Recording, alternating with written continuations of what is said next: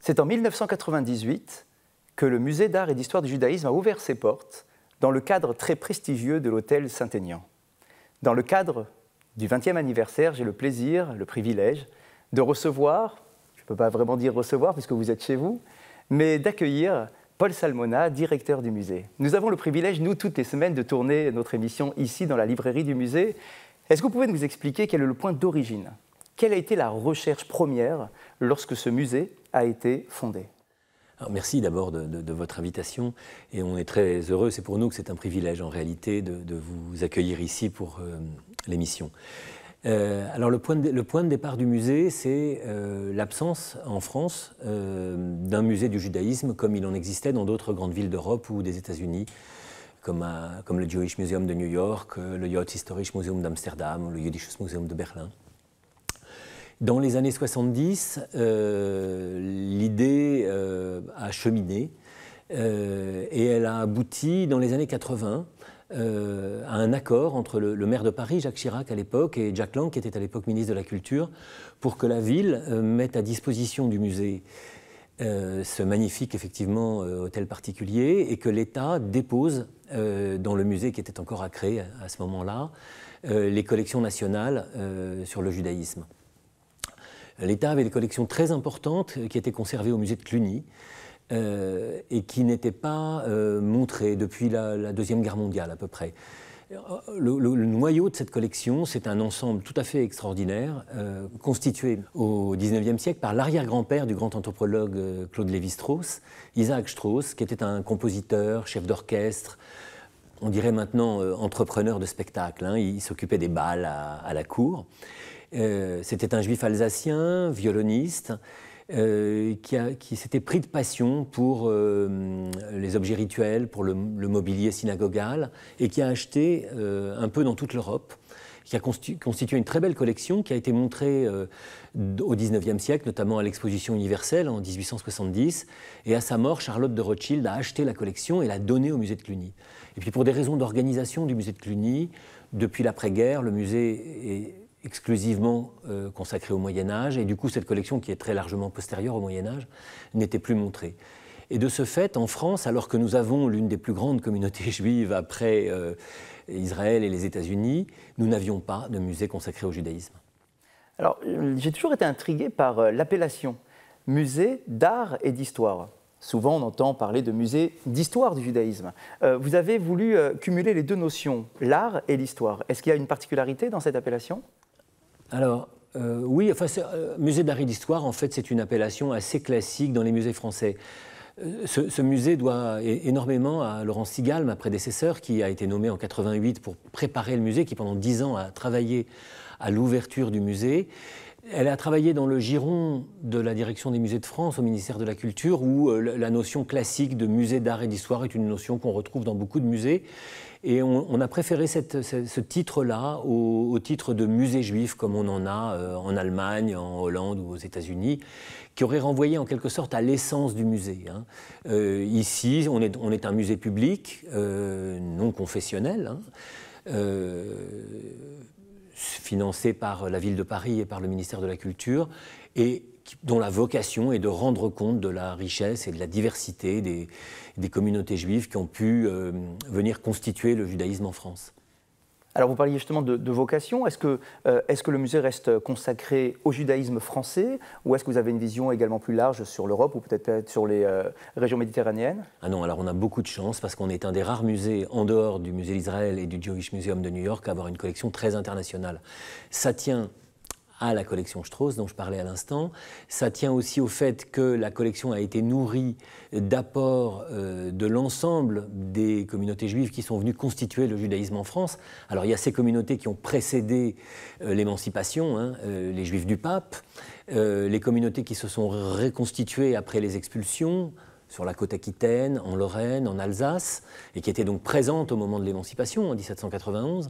Et puis, bien sûr, les Juifs du Levant qui sont arrivés, j'aurais dû dire d'ailleurs les Juifs d'Europe orientale, hein, qui sont arrivés après l'émancipation, les Juifs du Levant, et bien sûr les Juifs d'Afrique du Nord, qui sont évidemment très importants aujourd'hui démographiquement, et qui ont eu, en tout cas pour les Juifs d'Algérie, la nationalité française à partir de 1871.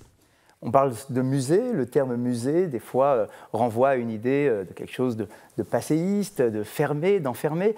Quel est le travail effectué pour justement avoir une ouverture et pour attirer un maximum de public de toute comme confession, comme vous l'avez dit, ce n'est pas un musée confessionnel. Non, l'idée, c'est évidemment de présenter, de faire connaître le judaïsme dans toute sa diversité, dans toute sa richesse, comme fait de civilisation et pas seulement comme religion. Donc évidemment, ça se déploie dans des domaines extrêmement divers. Bien sûr, ça part du fait religieux, mais ça va aussi dans les domaines de la vie quotidienne ou de l'art, de la littérature, du cinéma, de la télévision. Alors le musée, en fait, qu'on a ouvert en 1998, était un musée d'une très grande modernité. Il y a une collection permanente sur plus de 1000 mètres carrés, qui part du Moyen-Âge et qui va jusqu'à la période contemporaine.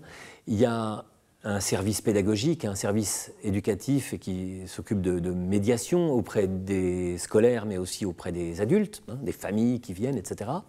Il y a une médiathèque de 25 000 volumes, un peu spécialisée en archéologie, en art et en histoire du judaïsme en France. Et puis il y a un auditorium de 200 places où il y a énormément de manifestations, des projections de films, de séries, notamment des séries israéliennes. On sait que la création est très très dynamique dans ce domaine-là en Israël. La littérature, des rencontres littéraires, des concerts de musique classique, mais aussi de musique actuelle et de musique klezmer ou de musique judéo-espagnole. Et puis bien sûr, il y a une politique d'exposition très, très importante, très dynamique, avec 4 à 6 expositions par an, qui permettent de traiter des tas d'aspects que ne permet pas d'aborder le parcours permanent. Vous me posiez la question du parcours permanent. En gros, il va du Moyen-Âge en France, où les expulsions ont été parmi les premières d'Europe. Les rois de France ont expulsé les Juifs avant le roi d'Angleterre et avant les rois catholiques en Espagne. La première expulsion, c'est Philippe Auguste en 1182. Ensuite, on a une très belle collection italienne. On évoque aussi les Juifs en Hollande, où là, 2 diasporas se sont rencontrées avec l'arrivée d'une communauté qui venait de la péninsule ibérique, des Juifs espagnols, des Juifs portugais, et qui ont retrouvé des Juifs ashkénazes qui, eux, parlaient yiddish. On a une très belle soukha que vous avez déjà montrée dans l'émission et dont on a enfin pu acquérir le 16e panneau dont on a parlé au cours de l'émission. Et donc elle est complète maintenant avec ses 37 panneaux. Enfin, elle va l'être parce que le panneau est en cours de restauration. On a un très bel ensemble consacré au monde ashkénaze traditionnel, un très bel ensemble sur le monde séfarade traditionnel, en tout cas sur le Maghreb et sur le Levant. Il nous manque encore des choses sur les Juifs des pays du Moyen-Orient, sur les Juifs d'Égypte, sur les Juifs d'Irak, de Syrie. On a un très bel ensemble de photos sur les Juifs d'Iran, dû à Pierre Abinsour. Un très bel ensemble de photos de François Margolin sur les Falachas. Et puis bien sûr, l'émancipation en France, les Juifs en France au XIXe siècle et au XXe siècle, l'affaire Dreyfus. On a une formidable collection d'archives qui nous a été donnée par la famille du capitaine Dreyfus, qui n'a pas voulu en faire commerce, et donc qui nous a donné 3000 documents sur l'affaire Dreyfus, un ensemble sans équivalent en fait. Et puis un très bel ensemble sur l'école de Paris, donc sur toutes ces œuvres de ces artistes juifs qui sont venus de toute l'Europe et qui ont trouvé à Paris une très grande liberté de création, des ateliers, des académies, des marchands, des collectionneurs.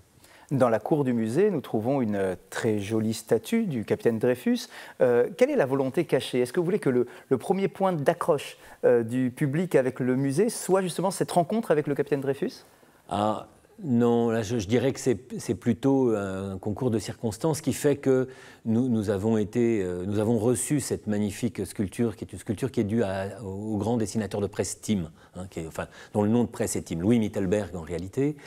C'est une commande publique de l'État qui lui a été faite dans les années 80 et nous en avons eu un tirage et c'est une statue qui est faite pour l'espace public. Donc le seul endroit véritablement où on puisse la montrer, c'est dans la cour.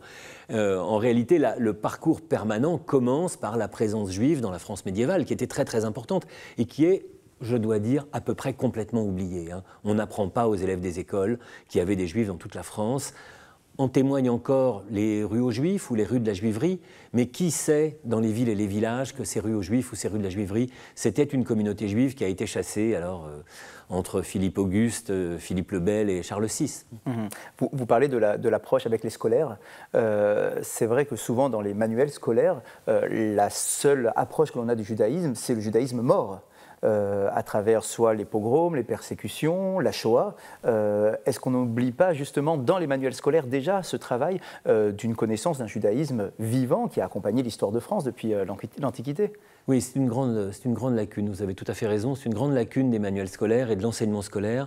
Alors je ne jette la pierre à personne et surtout pas aux enseignants, il y a énormément d'enseignants qui viennent au musée et avec lesquels on fait un travail formidable, mais c'est vrai que très souvent les collégiens n'entendent parler des Juifs que morts et n'entendent parler que de la Shoah et éventuellement des persécutions. Notre rôle, c'est précisément de montrer la richesse et la diversité des cultures de toutes ces communautés, et en particulier les communautés qui ont vécu ou qui vivent aujourd'hui en France, sans bien sûr cacher les aspects plus sombres et les persécutions, mais en privilégiant évidemment tout ce que ces communautés ont pu produire de brillant.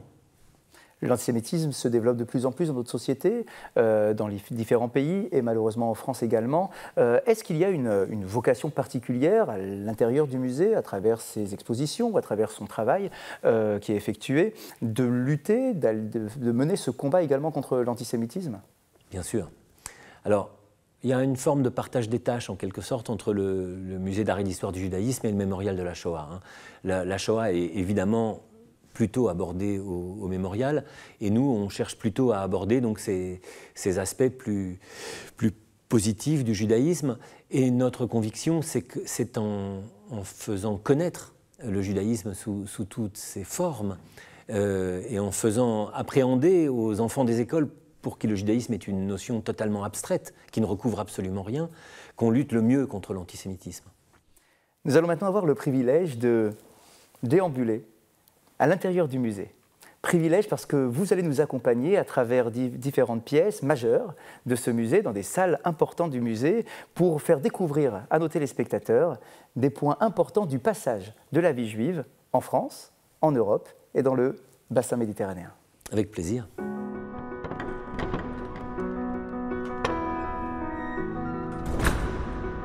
Après vous. Merci. Donc là, on entre dans le vestibule de l'hôtel de Saint-Aignan.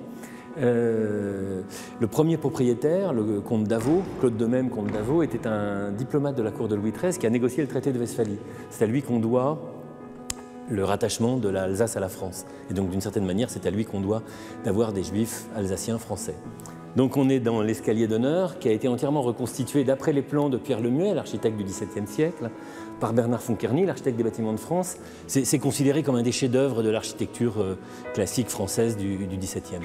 Alors ce grand luminaire que vous voyez, c'est les noms de tous les donateurs d'œuvres que le musée a reçus depuis son ouverture en 1998. Voilà. Il y a plus de 600 donateurs et on a voulu leur rendre hommage en inscrivant leurs noms dans ce caisson lumineux pour cette année anniversaire.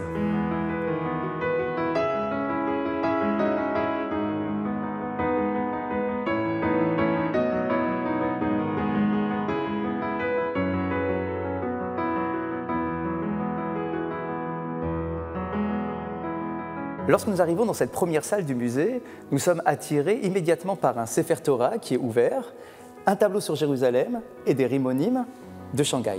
Quelle est la volonté de cette présentation de ces trois objets? Alors, l'idée dans cette salle, c'est de présenter un certain nombre d'éléments emblématiques du judaïsme. C'est une salle d'introduction telle que l'avait voulu Laurence Sigal, la première directrice du musée. Et donc, effectivement, le premier objet n'en est pas tout à fait un, c'est l'hébreu sur les murs avec un certain nombre de textes. Cette Torah espagnole, dont on ne sait pas si elle a été copiée en Espagne avant 1492, avant l'expulsion, ou si elle a été copiée quelques années après au Maghreb ou au Levant, dans une communauté judéo-espagnole. Elle est très belle, c'est un don de la famille Namias, en souvenir d'Élie Namias. Les bâtons sont en buis ou en if, merveilleusement ouvragés, et elle est en cuir de gazelle, ce qui est une chose très rare. Et donc évidemment, elle est là pour rappeler le rôle central de la Torah dans le judaïsme. Vous évoquiez ce tableau qui représente Jérusalem. On a aussi un très beau relief réalisé à Odessa, qui représente Jérusalem de manière un peu naïve, beaucoup plus tardif que ce tableau, de manière un peu naïve. Et donc là aussi, c'est la centralité de Jérusalem dans le judaïsme. Et puis, en regard de ça, on a ces bâtons d'ornement de Torah c'est Rimonim, hein, donc, qui veut dire grenade hein, au pluriel, mais qui curieusement ne représente pas des grenades, mais représente des pagodes. Et comme vous l'avez dit, c'est parce qu'ils viennent de Shanghai, où il y avait une communauté juive importante, jusqu'à la fin de la première moitié du XXe siècle. Et donc, Shanghai, effectivement, c'est l'idée d'une diaspora qui s'est étendue jusqu'à la Chine, jusqu'à l'Inde et ainsi de suite. Et puis on saute quelques siècles et on a un document qui présente l'émancipation des Juifs de France le 27 septembre 1791, qui était vraiment une date très fondamentale, hein, puisque c'est la première fois en Europe que les Juifs acquièrent le même statut, les mêmes droits que les autres citoyens grâce à la Révolution française. Et puis, dernier jalon, en quelque sorte, un dernier emblème, l'émergence d'un art juif tout à fait moderne, avec cette tête de l'artiste juif, entre guillemets, sculptée par Hanna Orlov, qui est une artiste originaire de l'Empire russe, qui s'est installée à Paris comme ces centaines d'artistes de tout le monde juif qui ont trouvé à Paris des écoles, des ateliers, des collectionneurs, des galeries, et dont l'atelier, Villa Sera, a été entièrement saccagé par les nazis. Voilà. Elle a survécu, elle a pu se réfugier en Suisse, mais son atelier, son œuvre, l'œuvre qui était restée dans l'atelier a été entièrement détruite. Voilà, donc c'est un certain nombre de jalons qu'on va ensuite retrouver développés dans le parcours du musée. Je vois également une menorah, une Hanouka qui est là à nos côtés. Qu'est-ce qu'elle vient représenter dans ce schéma? Alors évidemment, une très très belle lampe de Hanouka en forme de menorah, ce qui est un peu troublant pour le visiteur, hein, puisqu'au lieu d'avoir 7, elle a 9 branches.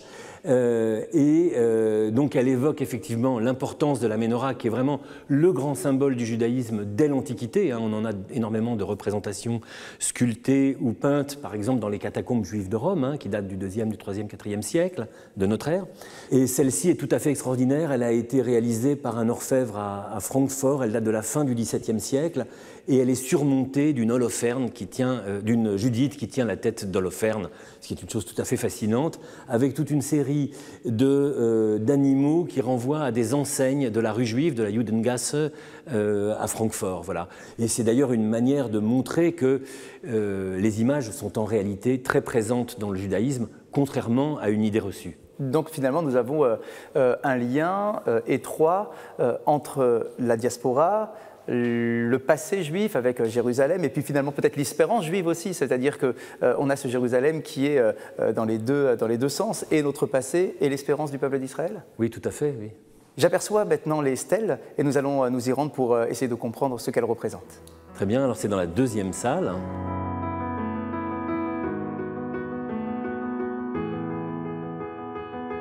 On évoque le judaïsme au Moyen-Âge en France et en Espagne, grâce à cet ensemble de stèles funéraires qui n'a pas d'équivalent en Europe, en fait. C'est un des plus beaux ensembles d'épigraphies funéraires conservées dans un musée.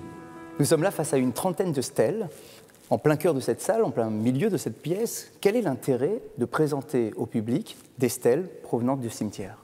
C'est très important. Ces stèles sont parmi les très rares témoignages de la présence juive dans la France médiévale jusqu'aux expulsions. Il faut peut-être rappeler, les expulsions, c'est Philippe Auguste en 1182, puis ensuite les Juifs sont autorisés à revenir, à nouveau Philippe le Bel en 1306, puis ils vont être à nouveau autorisés à revenir, et puis la dernière des expulsions, Charles VI en 1394, et là, en principe, il n'y a plus de Juifs dans le royaume de France, dans le domaine royal. Il en reste, par exemple, dans le comtat venessin. Et donc, la couronne va s'accaparer tous les biens juifs. Et cette présence juive qui est très diffuse, dont on retrouve des traces dans à peu près toute la France, notamment, on le connaît bien, dans ces rues aux Juifs ou ces rues de la Juiverie, hein, qui était le quartier où vivaient ces Juifs.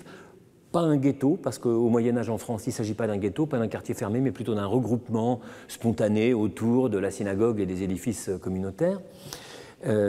Avec la vente des cimetières et des stèles funéraires comme pierre de taille par la couronne, c'est très très bien documenté, les cimetières vont disparaître du paysage. Et donc ces témoignages vont disparaître. Et là, on a un ensemble très rare qui a été trouvé à Paris, à l'angle du boulevard Saint-Michel et du boulevard Saint-Germain, hein, pour situer grosso modo rue Pierre-Sarrazin, par Louis Hachette, l'éditeur, en 1849, quand il a fait construire le siège social de la maison d'édition. Et ces stèles sont très importantes parce que d'abord elles montrent la prospérité de cette communauté, hein. Certaines sont très grandes, avec une gravure admirable, hein, vraiment très dessinée. Très jolie lettre. très jolie lettre, et c'est des renseignements irremplaçables sur cette communauté juive parisienne médiévale, avec toute une série, on pourrait dire, de fiches d'identité de ces individus. Hein. Et c'est d'autant plus précieux que ces communautés ont pratiquement toutes disparu. Hein. C'est de là que vient par exemple le nom Sarfati, hein, qui veut dire « le français », entre guillemets, hein, de ces juifs qui ont quitté la France du Nord et qui se sont installés, pour certains, en Provence, qui n'était pas encore dans le domaine royal, dans le comtat venessin, autour d'Avignon, ou bien en Espagne, en Italie et au Maghreb. Hein. Et donc, c'est l'un des témoignages matériels les plus spectaculaires, en quelque sorte. Hein. Alors là, elles sont présentées d'une manière un peu désordonnée, on pourrait dire, avec une esthétique qui rappelle un peu le cimetière juif de Prague. Hein. En réalité, il faut imaginer que les cimetières juifs étaient très différents des cimetières chrétiens. Ils étaient en dehors de la ville médiévale, au-delà des murailles. Ça, c'est très bien documenté. On en a des exemples à Carpentras, à Enza, à côté de Clermont-Ferrand, à Châteauroux, des exemples archéologiques, hein, j'entends. Enfin, à Carpentras, le cimetière est encore en activité. Mais Châteauroux ou Enza, c'est vraiment des sites archéologiques. Mais les stèles ont complètement disparu. Et ce qu'on sait des cimetières juifs médiévaux, c'est que les stèles, au contraire, étaient très organisées, avec une orientation ouest-est, hein, la tête à l'est, vers Jérusalem. Hein, on parlait de la centralité de Jérusalem.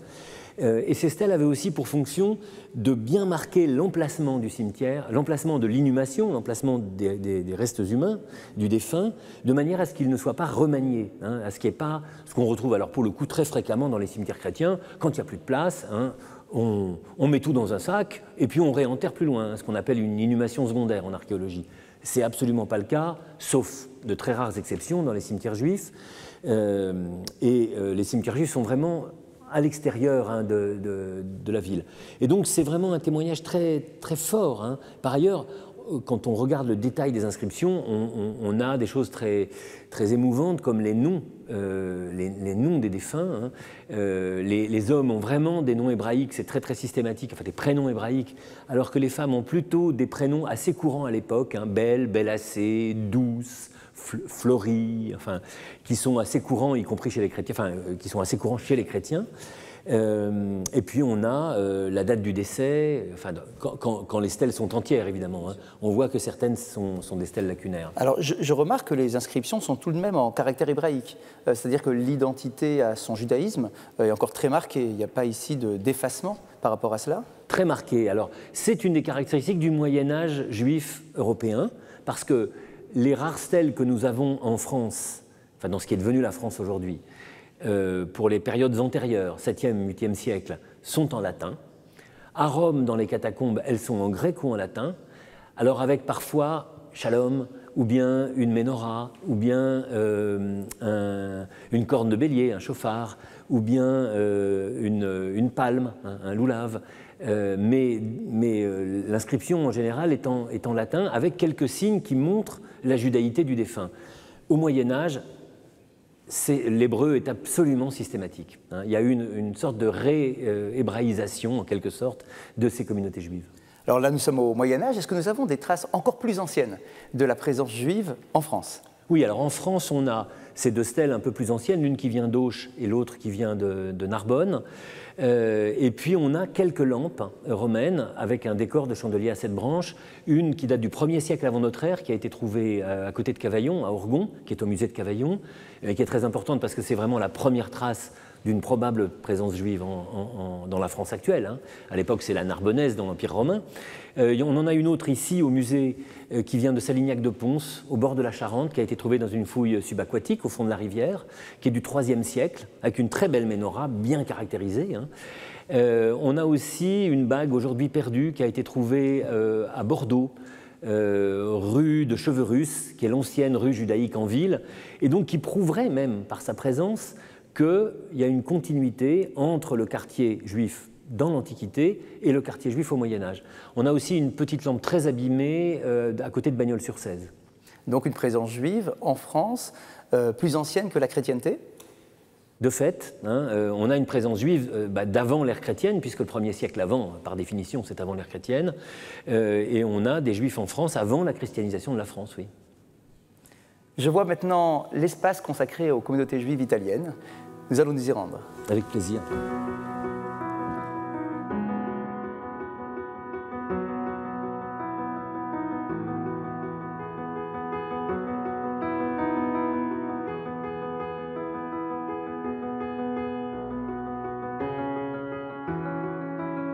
Alors on se dirige vers les salles italiennes. On a la chance d'avoir une très belle collection italienne, notamment cette arche sainte magnifique dont on a déjà parlé dans une émission avec Claire de Comte. L'Italie a cette particularité que son morcellement politique et géographique a fait qu'elle n'a pas, en tout cas en Italie du Nord, expulsé les communautés juives. Donc il y a une continuité du judaïsme en Italie depuis l'Antiquité, avec les catacombes juives de Rome, jusqu'à la période contemporaine, avec des écrivains comme Giorgio Bassani, qui décrit magnifiquement dans ses romans la vie juive à Ferrare. Alors là, on va s'intéresser à 4 petits tableaux sur la vie juive dans la région de Venise, donc on n'est pas à Ferrare, mais on n'est pas très loin. Puisque nous sommes devant ces œuvres vénitiennes, est-ce que vous pouvez, avant de parler directement des tableaux, nous dire quelques mots sur la communauté de Venise? Oui, alors Venise est assez célèbre pour sa communauté juive parce que Venise invente la notion de ghetto en 1516. D'ailleurs, le mot ghetto vient d'un lieu-dit dans la ville de Venise, les anciennes fonderies, dit-on. Et on va clore le quartier juif et contraindre les juifs à vivre dans ce ghetto avec la possibilité malgré tout de circuler dans la ville dans la journée et avec un certain nombre de professions que les juifs auront le droit de faire et pas d'autres. Donc ils auront notamment le droit de faire le commerce de vêtements usagés et puis il y aura aussi des médecins juifs évidemment, même pour certains assez célèbres. Et d'ailleurs on voit dans ces tableaux de Marco Marcuola qui sont bien postérieurs au ghetto, le ghetto c'est 1516 donc c'est le début du XVIe siècle et là on est au XVIIIe siècle, mais on voit qu'on a affaire à des notables de toute évidence. Le décor, les conditions d'habitation, le vêtement, etc. montrent qu'on est dans une famille relativement aisée on va dire. Alors nous avons les passages importants de la vie juive. Je vois ici une circoncision, un mariage, une oraison funèbre. Absolument. On a toute une séquence qui va du mariage avec un tableau qui est assez savoureux, avec plein de détails, y compris un chien, un domestique avec son balai dans un coin. Enfin, c'est assez amusant. Évidemment, là ou pas. Ici, une scène de circoncision avec tout un public qui vient y assister, notamment toute une rangée de dames assises contre le mur. Un cortège funéraire avec un cercueil. Alors on sait que le cimetière juif de Venise, proprement dit, est à San Niccolò del Lido, donc de l'autre côté de la lagune. D'ailleurs, il existe toujours, il est visitable, c'est assez fascinant parce qu'il y a eu à Venise plusieurs communautés juives qui se sont mêlées, en tout cas qui ont cohabité, des juifs ashkénazes, des juifs italiens, entre guillemets, et puis des juifs espagnols, et des juifs espagnols qui revenaient du Levant. Chacun a sa synagogue, d'ailleurs, il y a 4 synagogues qui sont bien conservées dans ce qui était le ghetto aujourd'hui, qu'on peut toujours visiter. Là, manifestement, alors donc on a un cortège funéraire et puis on a une inhumation. Manifestement, l'inhumation est plutôt sur la terre ferme, dans un endroit où il y a une colline, donc ça n'est pas San Niccolò, c'est peut-être dans la région de Ferrare ou quelque part en Vénétie. Mais ce qu'on voit extrêmement bien sur ce tableau, c'est que les tombes sont parfaitement alignées dans la direction de Jérusalem, ce qu'on évoquait tout à l'heure, avec un marquage, un calpinage, on pourrait dire extrêmement précis, qui est vraiment tout à fait typique, sauf dans les cas de surpopulation dans les cimetières, ce qui peut arriver, c'est attesté par exemple à Prague. Mais sinon, avec une séparation très très claire des inhumations et surtout pas de recoupement d'une tombe à l'autre. Alors continuons notre voyage de Venise à Amsterdam. Oui, alors une des caractéristiques de Venise, c'est que ça a été un centre d'édition hébraïque très important à partir du XVIe siècle et de l'invention de l'imprimerie. Et on va retrouver cette caractéristique à Amsterdam, qu'on retrouve dans la salle suivante. Donc on passe des salles italiennes aux salles consacrées à la Hollande parce que dans les Provinces-Unies protestantes, les Juifs qui venaient de la péninsule ibérique, les Espagnols, les Portugais, ont pu se réfugier à partir du XVIe siècle. On sait que, notamment lorsqu'ils s'étaient convertis en Espagne, ils étaient malgré tout persécutés par l'Inquisition. Et donc beaucoup se sont réfugiés à Amsterdam où il y a une communauté très importante qui s'est installée, à laquelle appartenait par exemple Spinoza, qui est certainement le personnage le plus connu. Et pour évoquer Amsterdam, parmi bien d'autres documents, on a ce très beau tableau hollandais dû à Berkheide, qui représente un très joli paysage amstérodamois avec À droite, la grande synagogue portugaise, quelques années après sa construction. Alors on l'appelle portugaise, c'est une manière de parler, parce qu'il y avait aussi des juifs d'origine espagnole, et qui a été construite juste en face des synagogues ashkénazes, qui abrite maintenant le musée historique juif d'Amsterdam.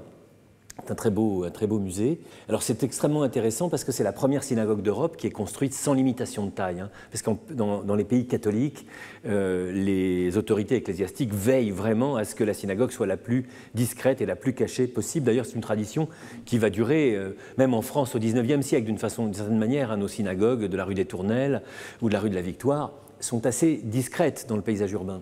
Et alors ce qui est formidable, c'est qu'elle est toujours dans son jus aujourd'hui. On a une très belle gravure où on la voit pour la fête de Pourim, mais si vous la visitez aujourd'hui, c'est juste à côté du jardin botanique, en face du musée historique juif. Elle est exactement comme elle était lors de la construction. Alors nous passons maintenant au deuxième étage du musée, vers l'histoire des Juifs de France. Avec plaisir. Alors ici, on arrive dans la section consacrée à l'émancipation, puisque la Révolution française, le 27 septembre 1791, la constituante précisément, émancipe les Juifs et leur donne les mêmes droits civiques qu'aux autres citoyens. Et les Juifs vont avoir la possibilité d'occuper dans la société française les mêmes places que les autres. Ça va être le début d'un phénomène d'intégration tout à fait extraordinaire, qui commence par la structuration des institutions juives avec la réunion du Grand Sanhédrin, la création du séminaire rabbinique, la création des consistoires, et les Juifs vont pouvoir investir la vie économique, rentrer dans l'administration, l'université, l'armée. Ça va être des très fervents patriotes dès les armées révolutionnaires et des Juifs qui s'engagent. Nous nous trouvons maintenant devant le portrait d'un haut personnage de l'histoire juive de France, Adolphe Crémieux, avec son fameux décret de 1870. Est-ce que vous pouvez nous en dire quelques mots ? Oui, alors le décret de 1870, c'est donc ce décret qui donne la nationalité française aux Juifs, entre guillemets, indigènes d'Algérie, pour reprendre la terminologie de l'époque, qui va être une décision très importante et qui, d'une certaine manière, parachève cette émancipation des Juifs de France.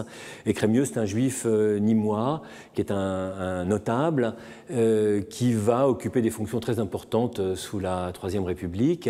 Il va être député et ministre, et c'est à cette occasion qu'il prend ce décret. Donc là, on est dans une certaine manière à un apogée de la situation des Juifs de France. Les choses vont se gâter, puisqu'on va voir apparaître sur la fin du XIXe siècle ce nouvel antisémitisme qui n'est plus l'antijudaïsme chrétien, qui est plutôt un antisémitisme à base raciale, qui naît à peu près simultanément en Allemagne et en France. Et on en a au musée un exemple terrible avec l'affiche du candidat Adolphe Léon Villette, candidat aux élections législatives de 1889, et qui se présente très explicitement comme candidat antisémite. Le juif, c'est l'ennemi, avec toute une iconographie qui sera d'ailleurs celle de la France juive. Il va illustrer la couverture de la France juive de Drummond. Et à l'époque, mais malheureusement la chose restera vraie jusqu'à la Deuxième Guerre mondiale, jusqu'à la Shoah, l'antisémitisme a droit de cité dans l'espace public politique, on pourrait dire, droit de cité qu'il va perdre ensuite. Entre guillemets, parce qu'on a évidemment des résurgences contemporaines. Et puis on a, dans le prolongement de ces élections législatives de 1889, de la France juive de Drummond, l'affaire Dreyfus, pour laquelle le musée a une extraordinaire collection de plus de 3000 documents, d'archives, de courriers, d'articles de presse, de dessins, enfin une somme tout à fait extraordinaire qui a été donnée au musée par la famille du capitaine Dreyfus, qui a mis un soin scrupuleux à ne pas en faire commerce, et qui donc nous l'a donné ainsi qu'au musée de Rennes et à la Bibliothèque nationale. Et donc on a l'un des fonds les plus importants sur l'affaire Dreyfus qu'on présente en rotation et que les chercheurs peuvent venir consulter. Sculpture du capitaine Dreyfus qui sera également entreposée et mise devant le public à Tel Aviv ? Oui, alors il y a effectivement les descendants du capitaine Dreyfus ont suscité la fonte d'une nouvelle fonte de la sculpture de Tim, de Louis Mittelberg, dont nous avons un exemplaire dans la cour, qui va être installée à Tel Aviv, ou qui vient de l'être.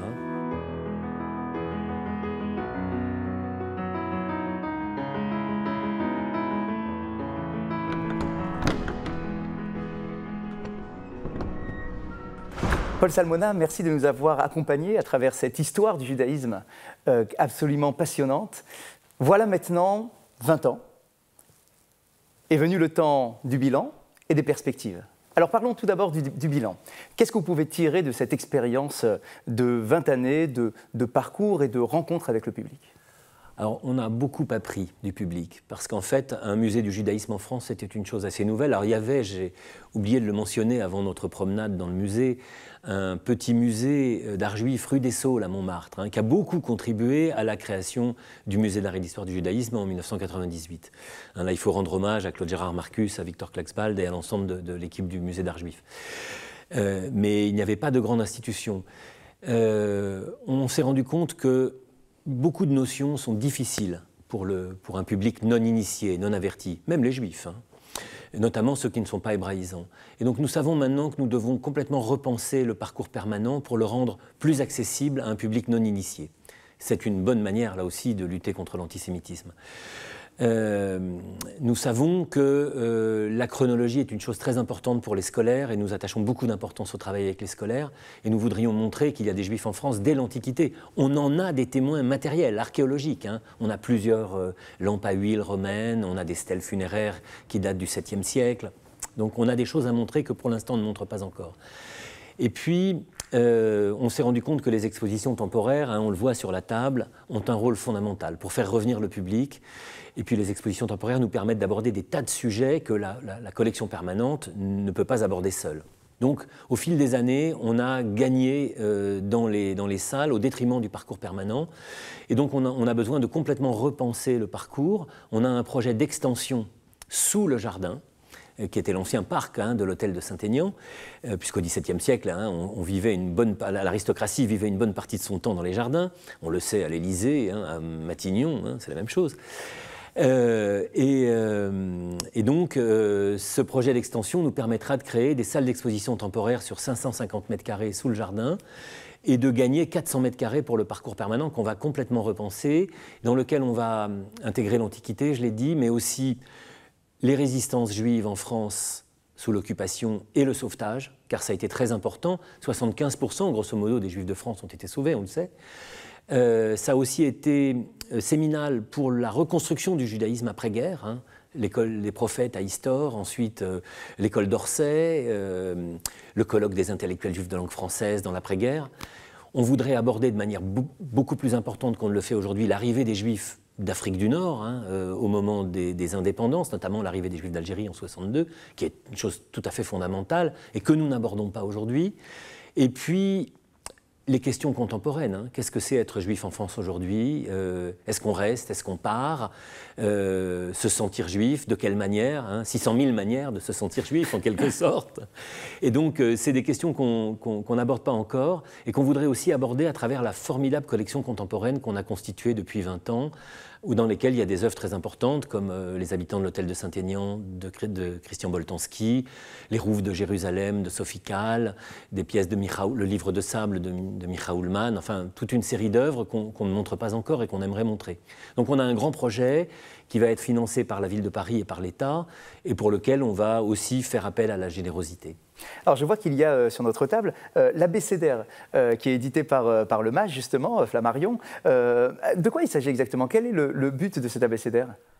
L'idée, c'était, pour le 20e anniversaire, de se promener, de proposer au public une promenade dans la collection qui soit une promenade un peu non conformiste, j'ai envie de dire. Donc elle part de A avec Adam jusqu'à Y, comme Yiddish, et on y voit aussi bien l'Arche Sainte de Modène, qui est une extraordinaire armoire de synagogue italienne de 1472, qui est un meuble de haute époque en marqueterie admirable. Il n'y en a pas d'équivalent dans les musées du monde. C'est en quelque sorte, j'ai coutume de dire, notre Joconde, mais aussi des photos de François Margolin sur les falachas, des robes de mariage juives marocaines brodées d'or parmi les plus belles qui soient dans les musées, et toute une série d'œuvres parmi les plus inattendues, comme ce Big Bang de Kader Attia, qui est un artiste franco-algérien, et qui est, à travers ses étoiles de David et ses croissants, une évocation de ce qu'a pu être la cohabitation heureuse, ou ce que devrait être la cohabitation heureuse des Juifs et des Arabes. Pour prendre simplement quelques exemples, on pourrait le feuilleter. Alors, en regard, évidemment, de chaque œuvre, il y a un texte très rigoureux, et en même temps très, très lisible. Hein. On s'est mis à la portée d'un très large public. Est-ce que nous pouvons savoir déjà, avec un peu d'impatience, quelles sont les prochaines expositions qui sont prévues sur le calendrier? Oui, bien sûr, avec plaisir. La prochaine exposition est une exposition sur la grande créatrice de cosmétiques, Helena Rubinstein, qui est une juive polonaise née à Cracovie, qui a eu un parcours de vie absolument incroyable, de Cracovie à Vienne, à Melbourne, à Londres, à Paris, à New York, à Tel Aviv, qui est une femme d'entreprise absolument incroyable, très inventive, qui a été la femme la plus riche du monde à un moment donné, hein, et qui a été une très grande innovatrice et qui est très emblématique de ces innovateurs juifs comme on a connu le 19e et le 20e siècle, qui a aussi été une grande collectionneuse et une grande mécène. Donc on va montrer une partie de sa collection de peintures modernes, mais aussi d'art premier. Voilà. Puis alors on enchaîne à l'automne avec un grand peintre français méconnu, Jules Adler, qui est un peintre qui a peint à la fin du 19e siècle et au début du 20e, qui est un juif de Besançon, enfin de Luxeuil-les-Bains pour être précis, en Franche-Comté, d'origine alsacienne, et qui est en quelque sorte un peintre dreyfusard, c'est-à-dire c'est un peintre réaliste qui a peint la misère ouvrière, qui a peint la vie quotidienne, qui a peint les petites gens, un peu comme Zola, hein, et qui était évidemment dreyfusard, et c'est une peinture qui mérite d'être redécouverte. On est très heureux de pouvoir montrer cette exposition qui a été présentée à Dole et qui va être présentée à Roubaix l'été prochain. Puis alors entre les deux, on va faire découvrir l'œuvre photographique d'un photographe tout à fait méconnu, Adolfo Kaminski, qui est un juif argentin arrivé en France dans son enfance, qui a appris la chimie en étant apprenti teinturier et qui a passé sa vie à faire des faux papiers pour la résistance juive, pour la Haganah, pour les groupes Stern, pour les réseaux Janson, pour les réseaux Curiel, bref, pour toute une série de mouvements de résistance, aussi divers, comme vous venez de le constater, que possible, dans un esprit totalement désintéressé. Il a vécu une existence relativement clandestine et on redécouvre maintenant, alors qu'il a 95 ans, une œuvre photographique magnifique. Tout cela apparaît absolument passionnant, les différentes cordes finalement qui sont présentées dans ce musée, avec beaucoup de variétés pour chacun d'entre nous, que chacun puisse trouver ce qu'il peut rechercher, ce qu'il peut attendre et être surpris également par l'approche de ce musée d'art et d'histoire du judaïsme. Dans le texte du Zohar, on nous dit que l'histoire, les saper en hébreu, le passé, vient du mot saphir. Saphir, c'est le diamant, quelque chose de brillant. Pourquoi ? Parce que l'histoire ne doit pas enfermer l'individu sur son passé. L'histoire est un élément qui nous permet d'analyser notre passé, mais pour nous projeter, pour être une lumière, pour nous projeter et dans le présent et dans l'avenir. Et je ressens tout à fait dans vos propos que c'est le sujet essentiel ici, hommage, en plein cœur de Paris, en plein cœur du Marais. Il ne reste plus qu'à inviter tous nos téléspectateurs à venir à la rencontre de ce musée, à la rencontre de l'histoire juive, qui est tellement passionnante, tellement riche et tellement surprenante. Et on vous remercie encore une fois de nous accueillir ici pour nos émissions. À très bientôt dans le cadre de nos émissions du dimanche matin.